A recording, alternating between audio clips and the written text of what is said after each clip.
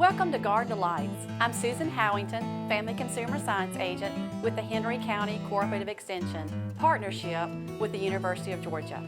We have a great show for you today. We're going to be talking about cabbage, and we're going to hear from Frank Hancock, our Agriculture and Natural Resource Agent. He's going to talk about gardening as he usually does. He's going to talk about how to keep your gardening growing, and then we're going to make a wonderful recipe called Island Coleslaw. So I hope you'll stay with us, watch the show, and hopefully you'll have a new recipe to put in that box when we're done. We'll see you back in just a little bit.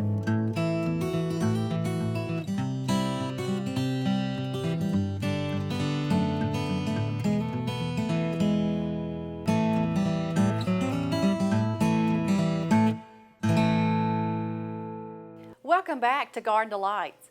As I was saying before, we're going to talk about cabbage, and we're going to make a wonderful recipe called Island Coleslaw. But let's talk a little bit about the cabbage. You know, in our family, we try to eat cabbage probably once a month at least. And when we're putting our recipes together and what we're going to eat for the week, we always think about our Saturday night, what we're going to have green on our plate, and cabbage is always one of the top choices that we pick. And we all love cabbage. Now, when I grew up, the only way I knew cabbage is when it was boiling in a boiler, and you ate it sometimes very soggy, and I learned to like it okay that way, but when I cook it for my family, we don't eat it that way. We do it where it's a little bit more texture. So when I get done talking about cabbage, hopefully you're going to pick the way that you like for your family. But let's talk a little bit what's so wonderful about cabbage. Cabbage produces so many good nutrients for our body. So we really want to think about our fruits and our vegetables because that's where you are going to get the best for your body. Cabbage has vitamin A in it, and it's very high in vitamin C. It also has iron. It has a little bit of calcium. It is fat-free and cholesterol-free. So if you're looking for ways to reduce that cholesterol, eat better in your diet, think about this cabbage. It's also very high in antioxidants, in fiber, and we don't get enough fiber in our diet, so cabbage is going to be one of your top choices if you're looking for a way to get more fiber in your diet. Now, I talked a little bit about what's so good about it to eat, but let's talk about selecting that cabbage. And this is a wonderful head of cabbage that came out of someone's garden nearby, and had a chance to share it with us. And when you're looking for cabbage, you want to make sure that you're looking for, especially if it's a green cabbage, that the leaves look really nice. They don't look like, the bugs or anything else has been eating on it. So you want to look at your cabbage.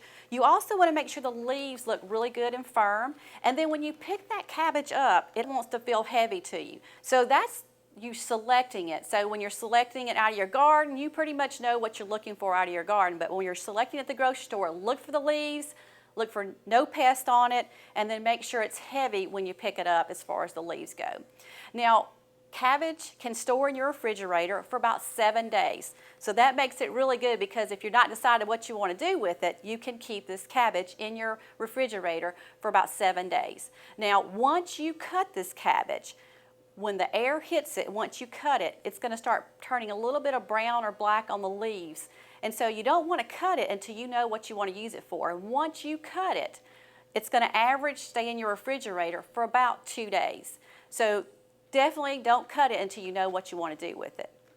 So we talked about selecting it, storing it. Now let's talk about preparing it. You definitely have to wash cabbage. It grows on the ground, so you're going to have soil around it, so you want to make sure that you wash it.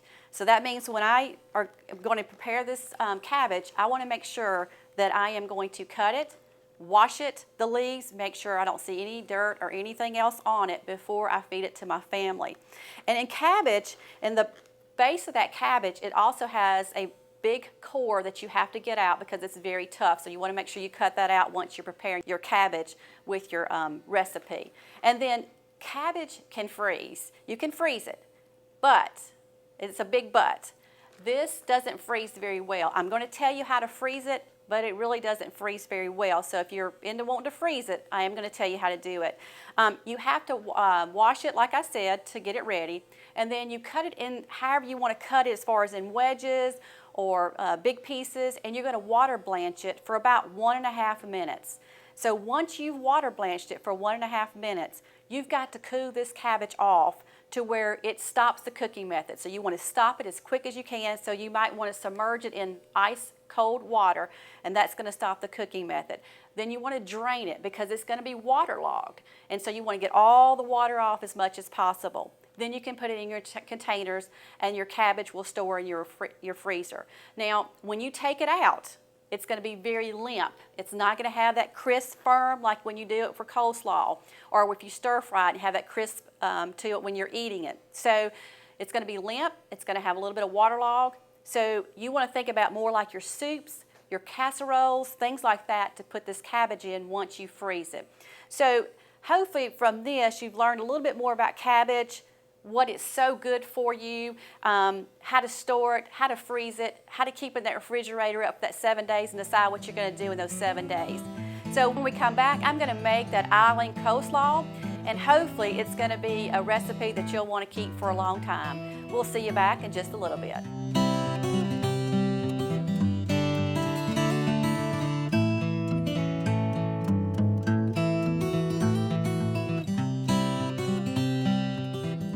Today we're going to be talking about cabbage, and Susan is in there in the kitchen fixing up something out of cabbage. I just brought one of our spring cabbages here with us to just show you what they look like. If you didn't plant any, then you're going to have to wait till this fall. It's not quite time to get the cabbages in the ground, but plan on growing some. They make a great vegetable. I like cabbage.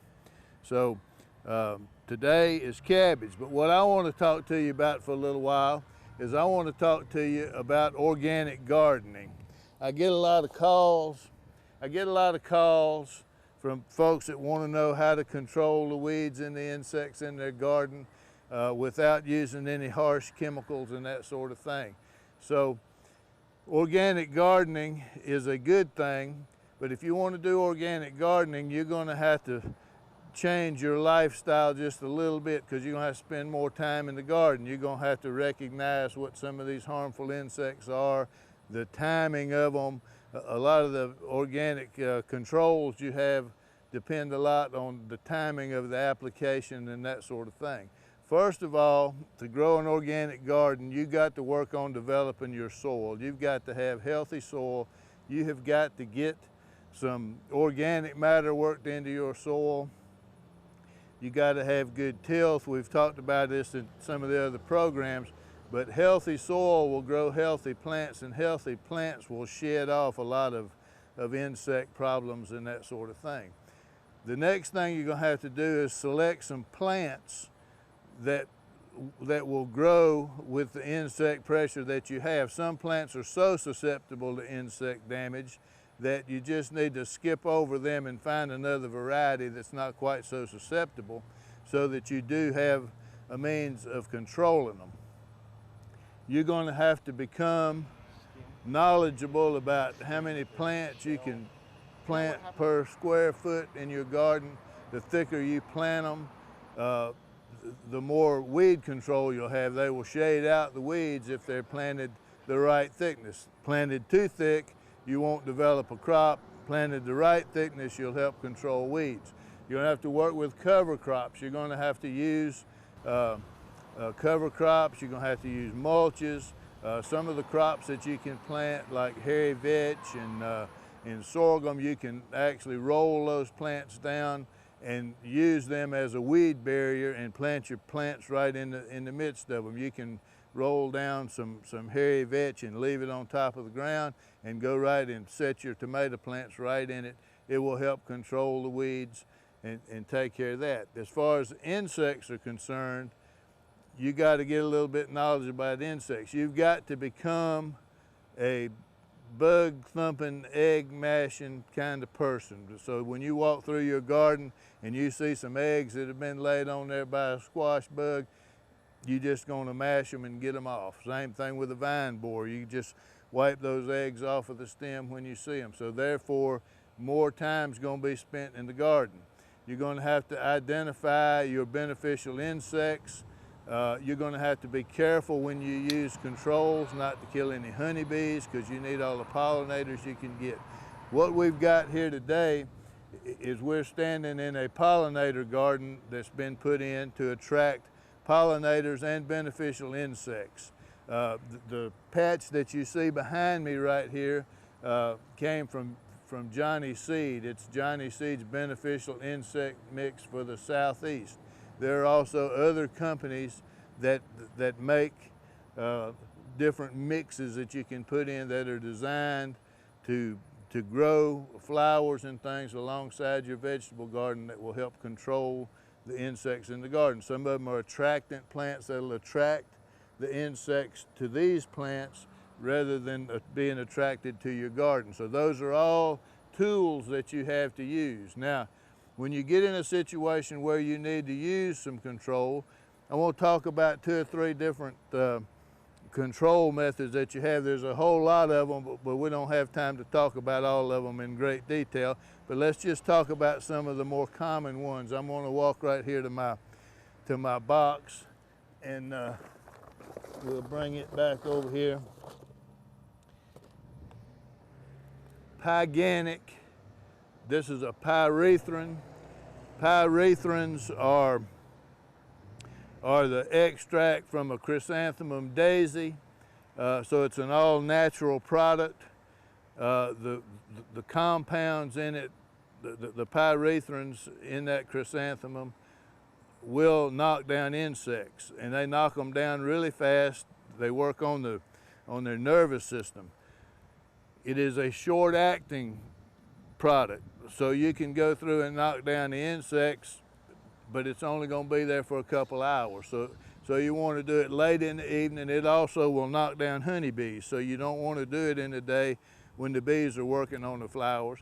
Try to keep it off of the blooms and just work it on the insects and spray the insects with it. You got to hit the insects with it, and it has a very short residual effect. Now the problem with it, it's not real strong. Some of the insects you knock down are going to recover from it here in a little while and get back up. So you have to constantly be monitoring it.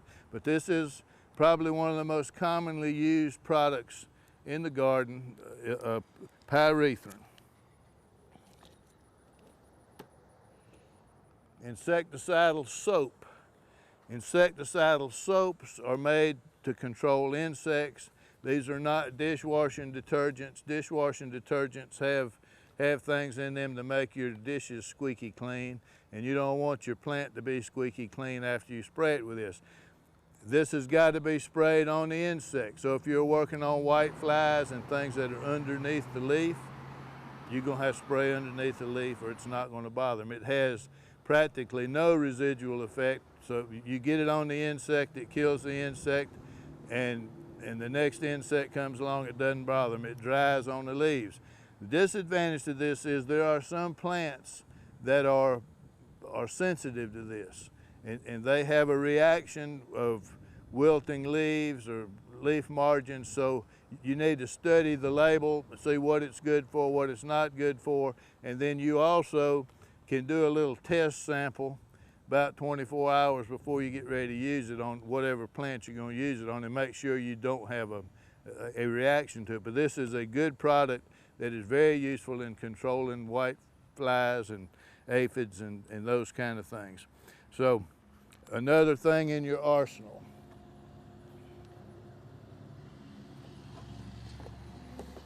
Neem oil is another one that can be used to control some of these plants. It's also works as a fungicide. Neem, one of the active ingredients can be azadirachtin, but you can get neem that doesn't have any azadirachtin in it that you'd use more as a fungicide. Azadirachtin is the compound in it that controls these insects. We've got it here in the form of Azagard. So it is azadirachtin, so it's the insect control portion of it. Again, be careful what you use it on, read the label, but these are both things that can be used organically. You will see the OMRI label on them. That's what you're looking for when you're looking for things approved organically. And the next thing that gets used a lot is Bacillus thuringiensis. BT is what it's commonly called. You'll find it under the brand name Dipel. This is organicide, worm and caterpillar control right here.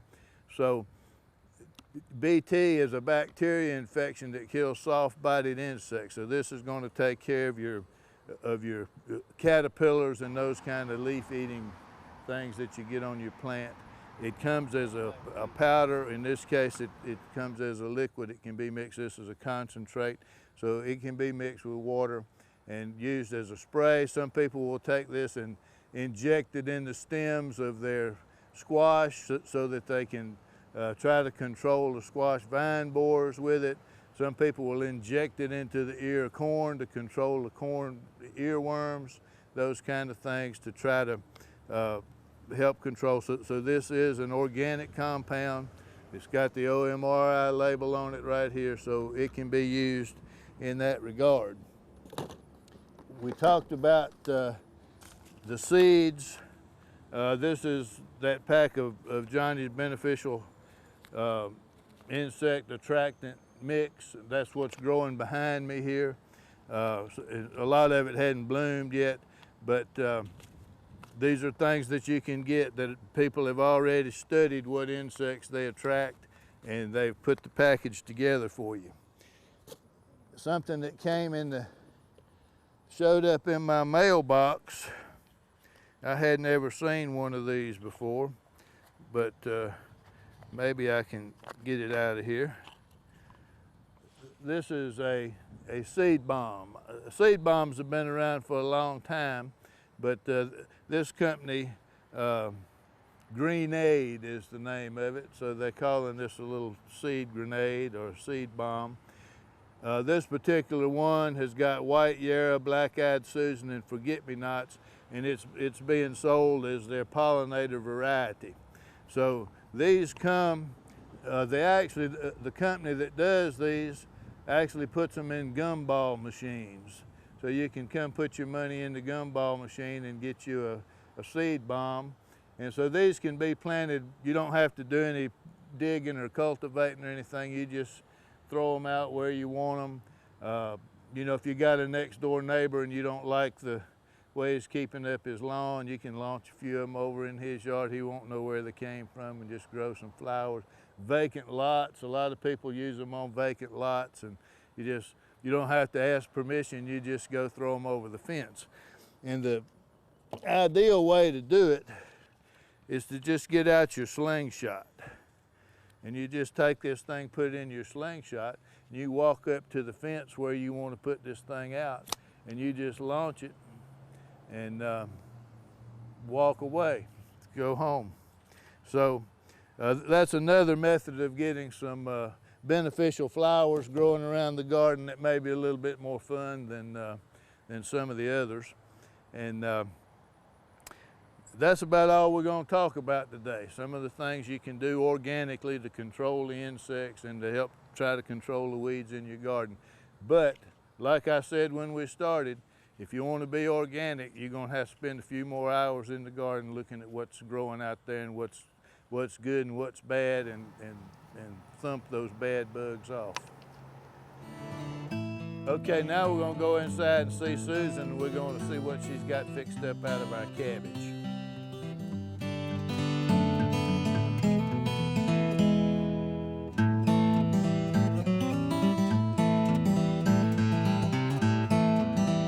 Welcome back to Garden Delights. We're going to be making that island coleslaw, and we have our cabbage already shredded in our bowl here, and we have some pineapple tidbits, and we have some romaine noodles, and I'm going to tell you a little bit about what we're going to put into the cabbage part of it. And you can tell that it has a little bit of the purple cabbage and a little bit of the carrots in it also. Now, I love the green cabbage, but you know, I love just mixing around a lot of times with the red cabbage, so it's up to you as far as what you might want to put into the cabbage mixture. It also requires, to put in this recipe, to make it, this part of it, is 3 onions. So I'm going to go ahead and chop the 3 onions, and we're going to put those into the cabbage. So I'm going to go ahead and get those chopped up. And I love green onions. We grow a lot of these in our backyard, And when I'm getting ready to make, whether it's a casserole or stir fry or doing something like this with the cabbage, I'm always looking for a way to take a green onion. And I love to go all the way and get parts of the green part of that onion also. And I'm just going to take this and go ahead and put it into the cabbage mixture. And I love to have just a little bit of that green part in it. You can see this already makes a pretty look just with the onion into the cabbage. And then I'm going to go ahead and just put on top, I'm not going to mix it yet, but I'm going to go ahead and put the pineapple tidbits on top and just make sure that I get all the ingredients on this part. And then the noodles, as you can see, you have to crunch them up to make them work for this, because what you're doing is giving a little crunch, good little texture to this coleslaw. So what I'm going to do is go ahead and put these on top. And we're not going to stir it around yet because I have to make the dressing. So I'm going to go ahead and make the dressing part. I'm going to move this out of the way. And to make the dressing part, you can take any Tupperware dish, anything that you liked, just to shake it around, because that's what we're going to have to do for this part of it. And we're going to end up putting it on the coleslaw. Now I will tell you this. Once we make this dressing, you want to make sure that you add the dressing last minute to it. So I'm going to take this to a church party or office party or whatever. I may have this already mixed up, but I'm not going to add the wet part of it until the last minute, because I want my noodles to be very crunchy when people taste the island coleslaw. So just remember that. So we're going to make the dressing. This is a half a cup of vegetable oil or olive oil, whichever one you want to use. So I'm going to go ahead and pour this in my container. And then we're going to need about 1/3 of a cup of vinegar. So I'm going to go ahead and pour that into the oil. And we're going to also need a half a cup of Splenda, or you can use a half a cup of sugar. So it depends on what you want to use. But today we're using the Splenda.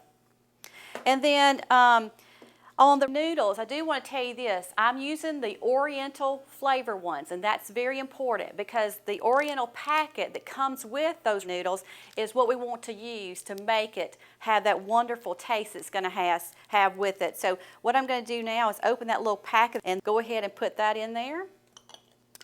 And what we're going to do is put the lid back on, and I'm just going to shake this around. And we want to make sure it's all incorporated together. I want to make sure I have this lid on really good, because you don't want it on your clothes. Now, if you stir it, you probably can do the same thing, but you want to probably make sure that you're shaking it, because you want to make sure all of it is mixed up. And this makes a pretty good bit, so you do not have to pour all this dressing on here. You can leave some behind, and you can put it on your salad or your coleslaw the next day if you want to. So you could do this in half mixtures, depending on your family, but this is going to serve about 12 people. So if you want to cut this in half, the recipe, and you have a smaller family, you can also do that too. So I'm just going to make sure that sugar, the vinegar, and the oil and that packet are all mixed in together. And that looks pretty good to me. And this is a really easy dressing if you're looking for something different, a little bit different taste. I'm going to move these bowls over here to this side so we can get our bigger bowl into the center. So what I'm going to do is take this, and we're going to just kind of drizzle around, and I'm going to end up stirring it around as I do it. And like I said, you don't have to use all of it, but it does give a wonderful flavor, this coleslaw. So I'm going to give it just about that much, and we're going to kind of start tossing it. And we want to make sure that we get our pineapples mixed in there also. So I'm just going to get it. And you can see now that everything's getting a little wet to it. So that means that the oil and everything's kind of blending around. And I want a wonderful crunch to it when we eat. I'm going to add just a little bit more after I've stirred that around. So I want to make sure I have a good bit. This would be great on a sandwich. You know, cabbage leaves are really big. They hold up really well. So you could even take a cabbage leaf and make you a rolled up sandwich and get all those wonderful nutrients that I talked about earlier.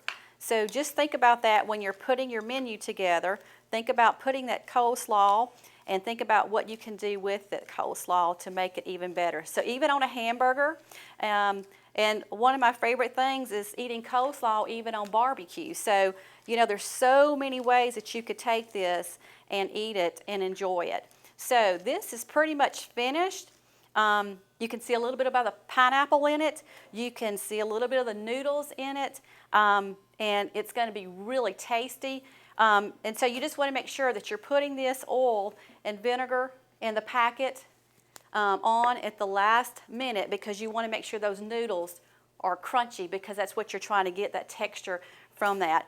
So as you can see, we have our island coleslaw, and when we come back, we'll have Frank come and taste it, and hopefully he'll think it's as good as I do. We'll see you back in just a little bit.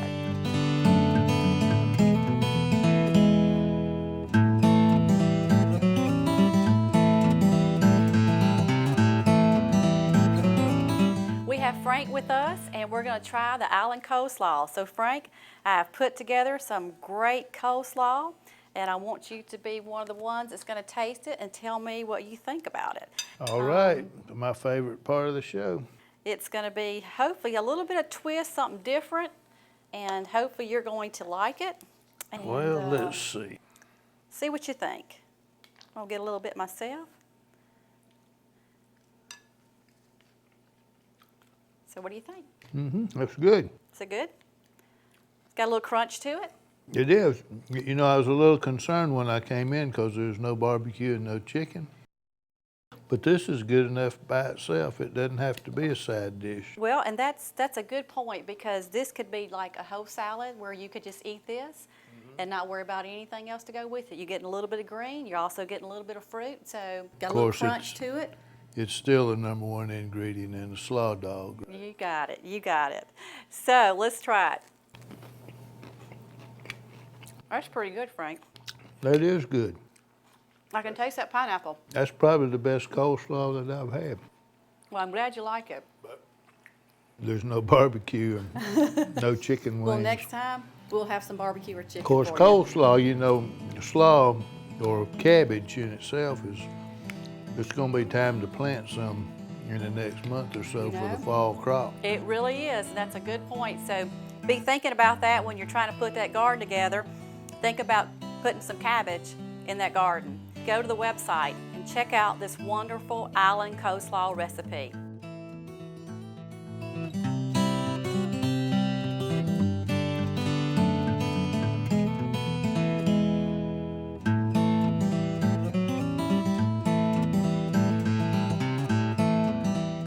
Hey, we'll see you next time on Garden of Lights. See ya.